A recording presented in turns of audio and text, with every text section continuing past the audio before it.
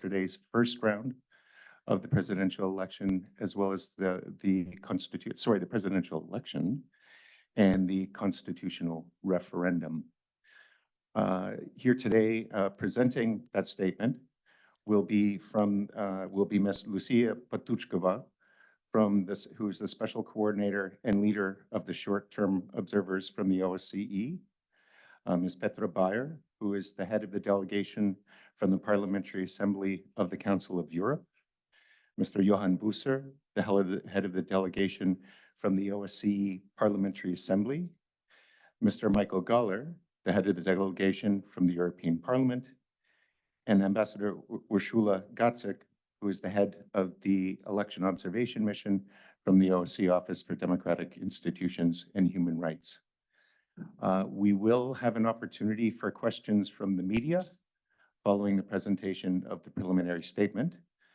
With all of that said, I'll hand the floor, please, to Ms. Patuchkova.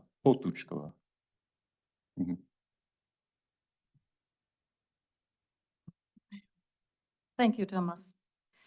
And thank you to the people of Moldova for your warm welcome to all our many, many observers. I'm pleased to announce our main conclusions, which come not only from us top on the podium. What we present is based on findings from a team of long-term expert observers, as well as some 300 international observers working together on the election day. I extend my thanks to my colleagues here for your close cooperation. Thank you very much, and dedicated and really hard work of all of our observers working across the country yesterday. Yesterday's presidential election and constitutional referendum were well managed, and contestants campaigned freely in an environment characterized by concerns over illicit foreign interference and active disinformation efforts. While this affected the integrity of the process, additionally, domestic campaign conditions did not allow for a level playing field among contestants. The election administration worked professionally and demonstrated impartiality in their decision-making.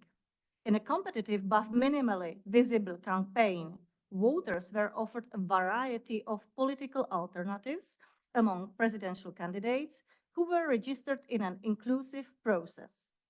The manner in which the presidential election and referendum campaigns were conducted simultaneously, and media coverage which favored the incumbent and the government, did not provide fully equal opportunities. Misuse of administrative resources in the campaigns was also noted. Recent changes created a robust legal framework for campaign finances, but oversight was diminished due to the limited capacity and resources of the Central Election Commission.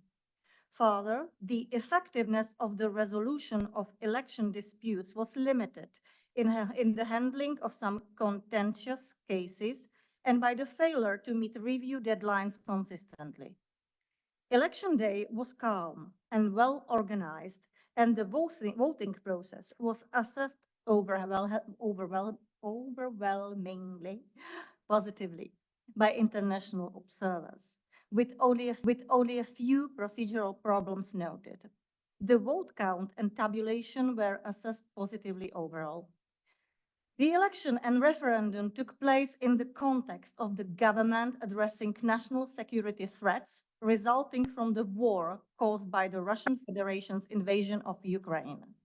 Law enforcement authorities, many international actors, and civil society have proclaimed that Moldova is the target of an ongoing hybrid war directed from abroad that includes various forms of manipulative interference to destabilize the country, illicit financing of political actors, disinformation campaigns, and cyber attacks. Moldova deserves credit for implementing a number of reforms to increase public confidence in the electoral system, particularly in the context of heavy Russian propaganda. From implementing cybersecurity measures to effectively training election administration to ensuring a high degree of women's participation to improving conditions for the media, there is much to celebrate in these elections. There are, however, some areas for improvement, of course. The overlapping period between candidate registration and the campaign, for example, has created an uneven playing field, which is something we would like to see improved. I now invite my partners here to share their reflections, and following these remarks, I would be happy to then address any question you may have. Thank you for coming here, and I look forward to seeing you once again when I return for the second round in 2 weeks. Petra, please, you have the floor. Thank you, Ms. Botushkova. And now please, Ms. Bayr. Yeah, thank you very much, Lucie. I think we all agree that yesterday marked a pivotal moment for Moldova as the people choose a path towards European integration despite Russia's full-scale war of aggression against Ukraine and intensive Kremlin-backed interference in the electoral process. We commend the authorities for involving population through on the broadest possible consultation on this fundamental decision. We see very close votes, extremely split society, and that all requires further efforts from the authorities. Moldova's leadership has a mandate now to guide the country towards European Union integration, despite existing divisions and external pressure, which is still going on. With new opportunities come new responsibilities to ensure political stability and economic recovery. Guaranteeing human rights in their full range remains crucial for Moldova's future. And I would like to make two different points on contents. The first I would like to tackle is the media, the role of media. And we all are aware of challenges like disinformation campaigns, illicit financing, and vote buying that threaten democratic progress. Such activities pose significant threats to Moldova's sovereignty and the integrity of its election. We urge the authorities and the Central Election Commission to intensify efforts to educate citizens about these threats, especially in the light of next year's parliamentary elections. Media illiteracy is the literacy of our century. Every one of us needs to learn how to deal critically with every information received. Combating disinformation must not infringe free speech or hinder open political competition. Finding a balance between these fundamental rights is indeed essential. I am aware that there is a very, very fine line between freedom of speech and a government that has to curb distortion and misinformation. And also, to be honest, I do not know any single country in this world who found the optimal solution to this problem, but we all are working on it. I have still, and we all have still, concerns that social media remains unregulated because for more and more people, it is the only source of information. So I think it's important also to think about how to regulate social media in future. And now let me come to my second aspect, which is an inclusive society. We commend the 2022 electoral code reforms that strengthens the framework for future elections. Increasing polling stations, also abroad, and the introduction of partial postal voting improved the accessibility for all citizens, including those overseas. Accessibility of voting to people with disability is absolute essential. We need to build inclusive and caring societies, also include elderly and parents with strollers, for instance. And when I think about the inclusion or the inclusiveness of polling stations yesterday, that's just a very small part of inclusion. We have to think big, of course, when it comes to that topic. The right to vote is a fundamental right, and exclusion because of any personal characteristics, may it be diseases, age, gender, ethnic origin, or whatever, is unacceptable. Only 1/3 of the polling stations were accessible from outside, and in 76% of the layout inside was acceptable for people with disabilities or restrictions in movement. But I myself saw 4 cases where the stamp in this booth, which was dedicated for people with disabilities, wasn't there. So we saw that people who wanted to use this accessible booth had to beg for sufficient equipment. And this is another unnecessary and unacceptable discrimination. By addressing these challenges and upholding democratic principles, Moldova can strengthen its commitment to democracy and the respect of human rights. The Parliamentary Assembly of the Council of Europe is ready to support Moldova in these endeavors and in many, many more, of course. And finally, I also want to thank all my colleagues from the Parliamentary Assembly of the Council of Europe. It was a delegation of 28 members, 20 parliamentarians, representing all the 5 political groups we have in our assembly, coming from 15 different countries and member states of the Council of Europe, and 11 of us were women. I will present our report in the PACE Standing Committee end of November in Luxembourg, and I also want to thank all my colleagues for this very fruitful cooperation over all our institutions. Thank you, Ms. Bayr. And now please, Mr. Busser. Michael, maybe? Okay. Good afternoon, everyone. My name is Johan Busser, and I'm a member of parliament from Sweden, as well as the treasurer of the OSCE Parliamentary Assembly. This past weekend, I had the honor of leading a delegation of 45 observers from the OSCE PA, which included 32 members of parliament from 15 OSCE countries. Our delegation carried out observation missions at polling stations in several regions of Moldova, including Chisinau and its surrounding areas, as well as in and around Balti, Edinet, Ore, and Retsina.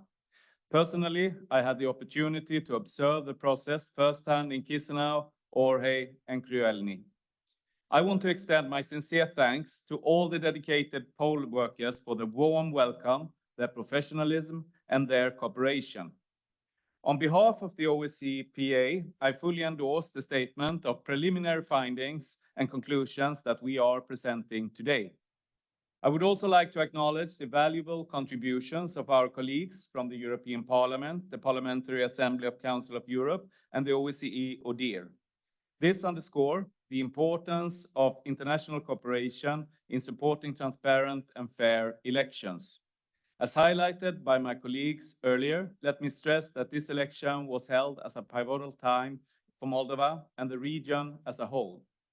With Russia's ongoing full-scale war of aggression against Ukraine, Moldova has faced increased foreign interference and disinformation campaigns aimed at influencing this presidential election and referendum. While we observed a competitive but quiet campaign, I'm disappointed that there was a lack of substantive debate on key issues. I'm concerned that traditional views on minorities and LGBT rights were at times used as reasons to encourage a no vote on the EU referendum. Our preliminary statement points out other shortcomings as well. And in 2 weeks, as Ms. Potuchkova said, the OSCE PA will again deploy an observation mission to observe the second round of the presidential election. On basis of this, we will recommend that the authorities take appropriate measures to address the issues we will have identified. And our Parliamentary Assembly will be ready to work with the Moldovan authorities and the Parliament of Moldova in particular to follow up on these recommendations. In conclusion, let me underline that the significant number of international observers present at this election reflects the international community's unwavering commitment to supporting Moldova on its democratic path. Thank you. Thank you, Mr. Busser. And now please, Mr. Gahler. Doamnelor și domnilor, bună ziua. Good afternoon, ladies and gentlemen. My name is Michael Gahler. I'm a German member of the European Parliament from the EPP group, and I'm honored to address you as head and of the delegation of the European Parliament election observation delegation. composed of 7 members representing 5 countries and 5 political groups. I would like to thank the authorities for inviting the representatives of the European Union citizens to observe these crucial elections. We came here as part of the OSCE ODIHR International Election Observation Mission. Our presence is a strong sign of commitment from our institution. We consider the Republic of Moldova a top political priority and therefore eligible for support in all areas of mutual interest. That includes parliamentary support, human rights, mediation, rule of law, and election observation. Before proceeding with our impression on the elections, I would like to thank first the Moldovan authorities for the invitation to observe the elections. Then also the head of the EU delegation in Chisinau, Ambassador Yanis Mazeix. Mrs. Urszula Gacek, the head of the OSCE ODIHR Election Observation Mission. Ms. Lucie Potuchkova, Special Coordinator and leader of the short-term OSCE Observer Mission. Ms. Petra Bayr, head of the Parliamentary Assembly of Council of Europe delegation, and Johan Büser, head of the OSCE Parliamentary Assembly delegation. Our delegation subscribes to the statement of the preliminary findings and conclusions of the International Election Observation Mission of the presidential elections and referendum, which were taking place in a context of a full-scale Russian war of aggression against Ukraine. This situation has deeply affected and continues to affect the Republic of Moldova, with Russia massively interfering and buying votes in the run-up and during the election. No later than 2 weeks ago, the European Parliament adopted with a large majority a strong resolution reiterating its solidarity with the Moldovan people and its unwavering support for the independence, sovereignty, and territorial integrity of the Republic of Moldova and for its future accession to the European Union. We consider that it's EU membership that will constitute a mutually beneficial investment in a united and strong Europe. We strongly condemn the malicious activities, interference, and hybrid operations by the Russian Federation, pro-Russian oligarchs, and Russian-sponsored local actors. This malign interference is unprecedented in scale and intensified as election day approached. The Russian objective remains to undermine the electoral process, security, sovereignty, and democratic foundations of the Republic of Moldova and the free will of its citizens. It fosters divisions within the Moldovan society with the aim of derailing the country's European trajectory. The European Parliament welcomes the results of the referendum held yesterday.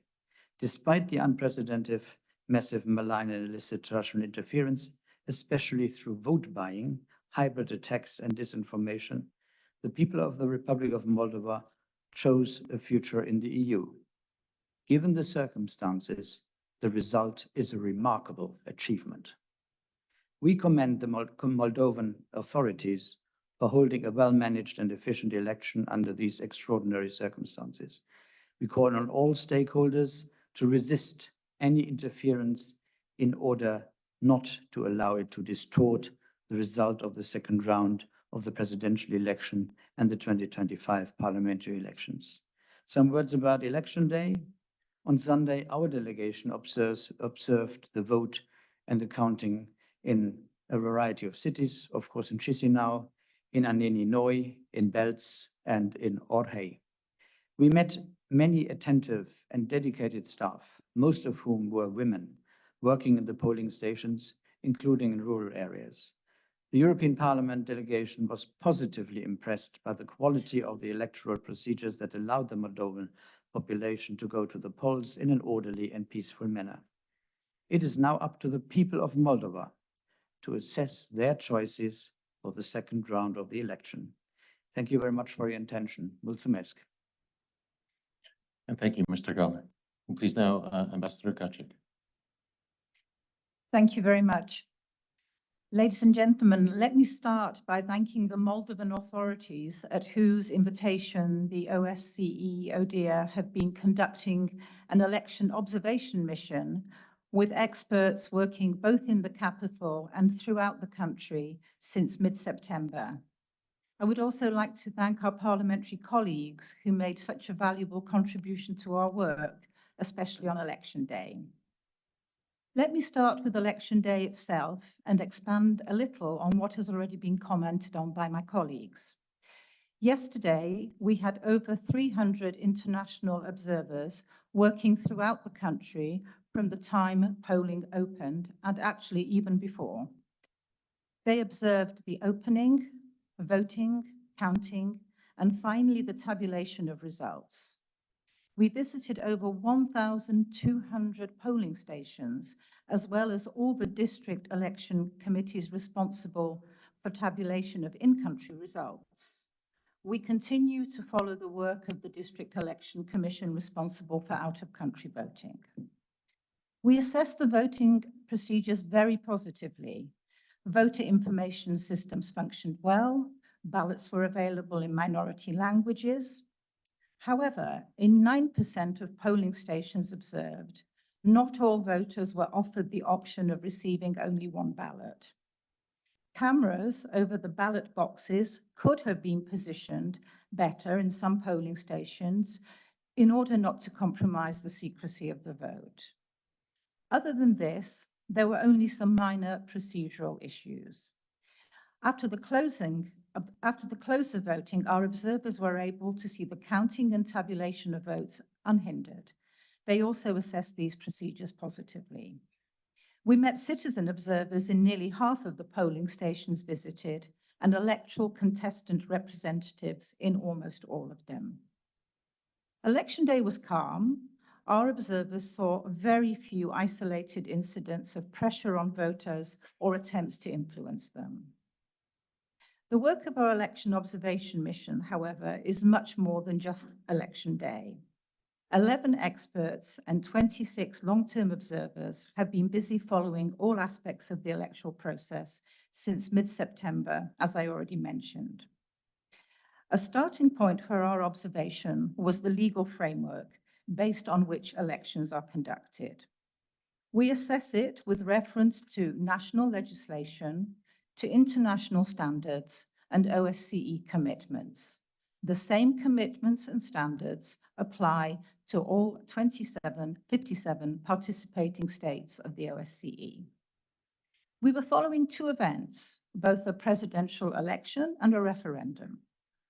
When it comes to the presidential election, the legal framework provided an adequate basis for holding a democratic election. Positively, the 2020 Electoral Code introduced substantial changes and, together with the subsequent amendments, implemented many of our previous recommendations, as well as those made by the Venice Commission. There are, however, recommendations that still need to be addressed. Moreover, many amendments were introduced just before the election without sufficient consultation, which led to confusion about what is legally permissible. We also assessed the legal framework for the referendum. There are no international standards prohibiting the simultaneous holding of elections and referendums. However, holding both events together without adjusting campaign regulations gave those who participated in both the contests certain advantages, including, for example, double campaign spending limits and twice the free airtime on radio and television. Due to the absence of rules requiring public authorities to remain neutral and a lack of regulations on how they may legitimately engage in the referendum debate, there were insufficient safeguards to ensure that the government administration provided objective information on both options, yes and no. Returning to the Central Election Commission, they administered the election and the referendum efficiently and transparently, respecting legal deadlines, despite being severely understaffed in several departments. The Commission adopted its decisions in an impartial and collegial manner, and lower-level administration bodies at both the district and precinct level were also positively assessed, including, but not only, on election day. Women are well represented in elected and appointed positions, and 4 of the 11 presidential candidates were women. Very few incidents of negative rhetoric towards women was observed. Unfortunately, this cannot be said in the case of LGBTI intolerant language, where many cases were noted, including remarks made by presidential candidates. There was overall confidence in the inclusiveness of the state voter register, but its accuracy was questioned by some election stakeholders due to records of deceased citizens abroad or in Transnistria remaining in the civil register, a database from which the voter register is extracted. We followed the entire candidate registration process. The Central Election Commission ultimately registered 11 candidates in an inclusive and transparent process, offering voters a choice of political options. Positively, restrictions on the right to stand for contestants associated with political parties determined as unconstitutional were repealed, in line with our previous recommendations and those of the Venice Commission. However, regulations on the suspension and deregistration of political parties remain stringent. The right to stand as a candidate in the presidential election is limited to those with a higher education and a 10-year residency, and is at odds with international standards. The criteria for testing proficiency in the state language are not clearly defined. The law does allow for independent candidates to stand for the office of president, but it does not clearly define how independence is determined. Despite the absence of clear criteria, the Central Election Commission took decisions on registration of independent candidates in a consistent and transparent manner based on objective criteria. The referendum legal framework includes the concept of supporters and opponents of a referendum and requires contestants to register in order to participate. There were 15 participants in total, overwhelmingly for the yes option, with 13 for yes and 2 for no. During the presidential and referendum campaigns, fundamental freedoms were generally respected, and overall contestants could campaign freely. The campaigns, which were not particularly visible, were marred by foreign interference and active disinformation efforts, which have already been referred to by our parliamentary colleagues. At the start of the official campaign period, some candidates were still awaiting the verification of signatures of support, or had not had registration-related disputes resolved, and they could not start campaigning on day 1. When it comes to the referendum, only political parties could register to participate, leaving legitimate civil society organizations and genuine citizen initiatives unable to participate. The government's promotion of the EU continued during the campaign. We noted instances of the misuse of public resources in both the referendum and election campaign.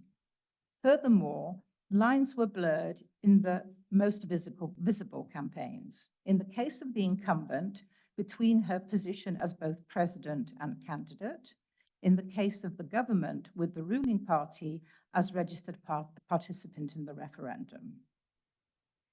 The rules on campaign financing are robust, but there is limited capacity and resources available for oversight, which diminish the effectiveness of regulation. Difficulties and delays in opening the required campaign bank accounts were another reason why some candidates faced delay at the start of their campaign. Rules on reporting of campaign finance add to the transparency of the system, and the CEC reported generally in a timely manner and issued also several warnings, and even in some cases required the transfer of unlawful funds to the state budget. Let me come to the media landscape, which has undergone significant changes in recent years. The journalists with whom we met reported an improvement of conditions for work without interference. The government has adopted several measures to address national security threats related to interference from abroad and the influence of political figures over the media environment. However, this has resulted in less space for expressing a plurality of opinions. Disinformation narratives and manipulative contents were common and primarily spread via social networks. During the campaign, radio and TV political coverage is tightly regulated to ensure fairness, accuracy, and impartiality. Our own monitoring of 4 TV channels, including the public broadcaster, plus the public radio, shows that coverage of the candidates in news and editorial programs varied significantly, with the incumbent receiving the most coverage overall in her official capacity and as a candidate, without a clear distinction between the 2 roles. This, coupled with the extensive coverage of the government by the public broadcaster without critical scrutiny, and a pro-European, pro-EU preference by some private broadcasters, did not ensure a level playing field. Coverage of the referendum in all newscasts was very limited. And finally, on complaints. The right to file complaints is broadly granted for individual right violations. However, while dispute resolution deadlines align with international good practice, the timeline for resolving candidate registration dispute does not ensure effective remedy. The CEC and the Appellate Court miss some of their legal deadlines. We will be following in the days that follow now and after also the second round of the presidential complaints and appeals. We remain in country for about 10 days after the final election event. So in conclusion, what will all this lead to? Well, in our case, it will lead to a final report and a series of recommendations. They will be based on our observations, and they will be aimed at addressing areas where we found shortcomings, assisting with improvements, and ultimately increasing the resilience of and the citizens' confidence in the electoral processes in this country. Thank you. All right, thank you, Ambassador Gacek. And now, as I mentioned earlier, we do have time for questions from journalists. So if you do have a question, I'd ask you please to raise your hand and I'll have a microphone brought over to you. Before your question, if you could please provide your name and the name of the media outlet you're representing. Good morning, good afternoon. Thank you very much. I'm Vincenzo Genovese from Euronews. The Moldovan President Maia Sandu claimed very clearly that there were some votes sold and bought by criminal groups. She said at least 150,000 votes. I don't know if the investigation on these or you have some evidence, some intuition, some clues of this dynamic, or it's completely outside of your scope? Thank you very much. I try to answer the questions and then maybe I give a floor to Urszula, but it's not up to us to investigate. We are not police enforcement bodies. We are observers, so we base our findings on what we have observed, what our observers have observed, and on that we base our findings and preliminary statements. So, well, I guess obviously if were some interferences, there must be investigated properly, and I hope they will. Thank you. If I can add to that, I would also echo that we're not investigators, but we did follow this as closely as was possible. And I met twice, for example, with the chief of police, with security services. And I know that there are cases that are ongoing. And however, because they are ongoing cases, of course, they cannot be made public yet. But I'm confident that the authorities here, in those cases where they have evidence, are following them. And maybe in the days or weeks that follow, we will see more concrete details of those. Just a quick follow-up, if I may. So let's reverse the question. did you notice any weird dynamic, strange situation in what you have been observing? Thank you. Actually, in our observer forms, there were really no special interferences, no special events that happened during the electoral process. But obviously, before I give a floor to Michael Gahler, that I'm sure he will want to compliment me. But the thing is that we are perfectly aware of the fragile geopolitical situation in Moldova. Yes, I think it's obvious that probably in the polling station itself, there is no cash payment for the voters. So we didn't see that indeed. But in this case, it is relatively obvious. I mean, Mr. Shaw publicly offered what he has on stock to voters, and apparently quite a number. And the president, I think, named 150,000, was responding to that. So it's not on us, but we take note what one of those guys from Moscow have offered, and that is from him, not from us. And of course, we recorded these observations and these news in our preliminary statement in the footnotes. They are there. Yes, I wanted to add, the footnotes in the report actually give quite extensive information of the schemes that we were able to see, because much of this was actually out in the public domain. So the footnotes make for very interesting reading in general, and in this area, I think you will find some answers to the questions that you have asked.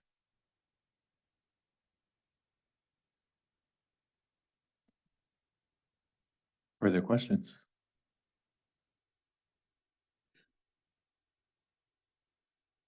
All right. Well, that's always a sign that we've explained things. Oh, is there one? Sorry.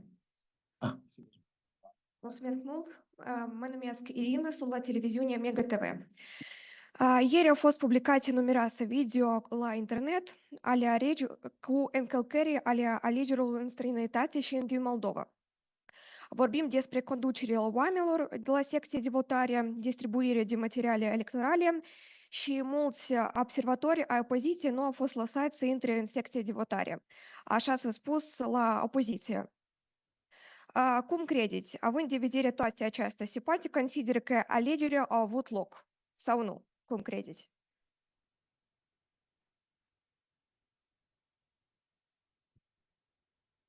I didn't catch the start of the question, but you are asking according to your knowledge, that some observers were not allowed to the polling station. There were videos. Opposition Apparently observers. sorry, I caught the beginning. Apparently there were a number of videos that are available on the internet, on social media, that show or demonstrate that certain opposition leaders, according to them, observers were not allowed in the polling station. Okay, thank you, Tomas. We don't have any such reports in our forms from observers. If I may add, first of all, maybe a point of clarification. We do not observe polling stations abroad, so we cannot make any comment on what may have been happening overseas. But I think, as I mentioned in my opening remarks, we met the representatives of the candidates or the referendum campaigns in actually 96% of polling stations.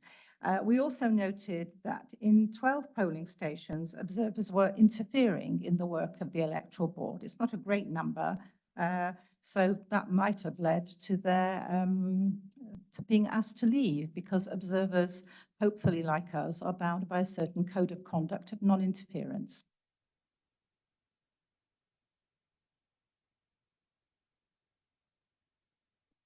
All right, thank you. And once more, do we have any further questions this afternoon?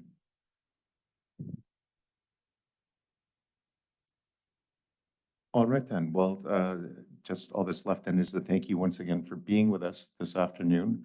I'll just mention that the preliminary statement we've presented today and the press release associated with it are available on the table to the right outside the door as you leave, and will also be will be posted on the website at a minimum of both the OSCE and ODIHR.